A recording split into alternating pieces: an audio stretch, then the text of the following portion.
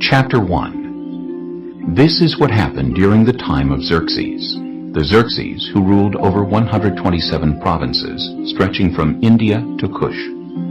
At that time, King Xerxes reigned from his royal throne in the citadel of Susa, and in the 3rd year of his reign, he gave a banquet for all his nobles and officials. The military leaders of Persia and Media, the princes and the nobles of the provinces were present. For a full 180 days he displayed the vast wealth of his kingdom and the splendor and glory of his majesty. When these days were over, the king gave a banquet lasting 7 days in the enclosed garden of the king's palace, for all the people from the least to the greatest who were in the citadel of Susa. The garden had hangings of white and blue linen, fastened with cords of white linen and purple material to silver rings on marble pillars. There were couches of gold and silver on a mosaic pavement of porphyry, marble, mother of pearl, and other costly stones. Wine was served in goblets of gold, each one different from the other, and the royal wine was abundant, in keeping with the king's liberality. By the king's command, each guest was allowed to drink with no restrictions, for the king instructed all the wine stewards to serve each man what he wished. Queen Vashti also gave a banquet for the women in the royal palace of King Xerxes. On the 7th day, when King Xerxes was in high spirits from wine, he commanded the 7 eunuchs who served him, Mehuman, Biztha, Harbona, Bigtha, Abagtha, Zethar, and Carcass, to bring before him Queen Vashti, wearing her royal crown, in order to display her beauty to the people and nobles, for she was lovely to look at. But when the attendants delivered the king's command, Queen Vashti refused to come. Then the king became furious and burned with anger. Since it was customary for the king to consult experts in matters of law and justice, he spoke with the wise men who understood the times and were closest to the king: Karshina, Shethar, Admatha, Tarshish, Meres, Marsina, and Memucan, the 7 nobles of Persia and Media, who had special access to the king and were highest in the kingdom.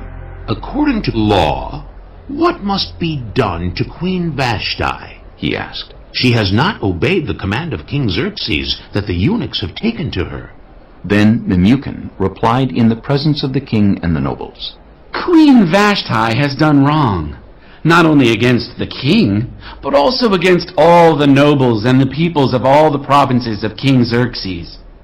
For the queen's conduct will become known to all the women, and so they will despise their husbands and say, King Xerxes commanded Queen Vashti to be brought before him, but she would not come. This very day the Persian and Median women of the nobility, who have heard about the queen's conduct, will respond to all the king's nobles in the same way. There will be no end of disrespect and discord. Therefore, if it pleases the king, let him issue a royal decree, and let it be written in the laws of Persia and Media, which cannot be repealed, that Vashti is never again to enter the presence of King Xerxes. Also, let the king give her royal position to someone else who is better than she. Then, when the king's edict is proclaimed throughout all his vast realm, all the women will respect their husbands, from the least to the greatest. The king and his nobles were pleased with this advice, so the king did as Memucan proposed. He sent dispatches to all parts of the kingdom, to each province in its own script, and to each people in their own language, proclaiming that every man should be ruler over his own household, using his native tongue. Chapter 2. Later, when King Xerxes' fury had subsided, he remembered Vashti and what she had done and what he had decreed about her. Then the king's personal attendants proposed, Let a search be made for beautiful young virgins for the king. Let the king appoint commissioners in every province of his realm to bring all these beautiful young women into the harem at the citadel of Susa. Let them be placed under the care of Haggai, the king's eunuch, who is in charge of the women, and let beauty treatments be given to them. Then let the young woman who pleases the king be queen instead of Vashti. This advice appealed to the king, and he followed it.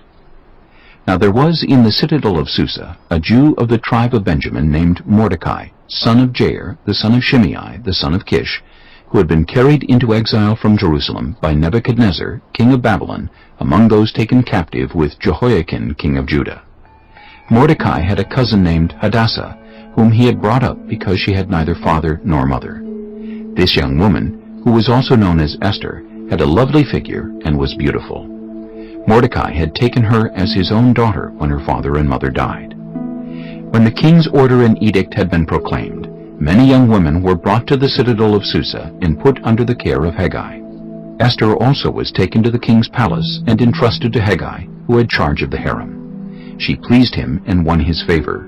Immediately he provided her with her beauty treatments and special food. He assigned to her 7 female attendants selected from the king's palace, and moved her and her attendants into the best place in the harem. Esther had not revealed her nationality and family background, because Mordecai had forbidden her to do so. Every day he walked back and forth near the courtyard of the harem to find out how Esther was and what was happening to her. Before a young woman's turn came to go into King Xerxes, she had to complete 12 months of beauty treatments prescribed for the women, 6 months with oil of myrrh, and 6 with perfumes and cosmetics. And this is how she would go to the king. Anything she wanted was given her to take with her from the harem to the king's palace. In the evening she would go there, and in the morning return to another part of the harem to the care of Sheashgaz, the king's eunuch who was in charge of the concubines. She would not return to the king unless he was pleased with her and summoned her by name. When the turn came for Esther, the young woman Mordecai had adopted, the daughter of his uncle Abihail, to go to the king, she asked for nothing other than what Hegai, the king's eunuch who was in charge of the harem, suggested. And Esther won the favor of everyone who saw her. She was taken to King Xerxes in the royal residence in the 10th month, the month of Tebeth, in the 7th year of his reign. Now the king was attracted to Esther more than to any of the other women, and she won his favor and approval more than any of the other virgins. So he set a royal crown on her head and made her queen instead of Vashti. And the king gave a great banquet, Esther's banquet, for all his nobles and officials. He proclaimed a holiday throughout the provinces and distributed gifts with royal liberality. When the virgins were assembled a second time, Mordecai was sitting at the king's gate. But Esther had kept secret her family background and nationality, just as Mordecai had told her to do, for she continued to follow Mordecai's instructions as she had done when he was bringing her up. During the time Mordecai was sitting at the king's gate, Bigthana and Teresh, 2 of the king's officers who guarded the doorway, became angry and conspired to assassinate King Xerxes. But Mordecai found out about the plot and told Queen Esther, who in turn reported it to the king, giving credit to Mordecai. And when the report was investigated and found to be true, the 2 officials were impaled on poles. All this was recorded in the book of the Annals in the presence of the king. Chapter 3. After these events, King Xerxes honored Haman, son of Hammedatha the Agagite, elevating him and giving him a seat of honor higher than that of all the other nobles. All the royal officials at the king's gate knelt down and paid honor to Haman, for the king had commanded this concerning him. But Mordecai would not kneel down or pay him honor. Then the royal officials at the king's gate asked Mordecai, "Why do you disobey the king's command?" Day after day they spoke to him, but he refused to comply. Therefore they told Haman about it, to see whether Mordecai's behavior would be tolerated, for he had told them he was a Jew. When Haman saw that Mordecai would not kneel down or pay him honor, he was enraged. Yet, having learned who Mordecai's people were, he scorned the idea of killing only Mordecai. Instead, Haman looked for a way to destroy all Mordecai's people, the Jews, throughout the whole kingdom of Xerxes. In the 12th year of King Xerxes, in the 1st month, the month of Nisan, the pure, that is, the lot, was cast in the presence of Haman to select a day and month. And the lot fell on the 12th month, the month of Adar. Then Haman said to King Xerxes, "There is a certain people dispersed among the peoples in all the provinces of your kingdom who keep themselves separate. Their customs are different from those of all other people, and they do not obey the king's laws. It is not in the king's best interest to tolerate them. If it pleases the king, let a decree be issued to destroy them." and I will give 10,000 talents of silver to the king's administrators for the royal treasury." So the king took his signet ring from his finger and gave it to Haman, son of Hammedatha the Agagite, the enemy of the Jews. "Keep the money, The king said to Haman. and do with the people as you please."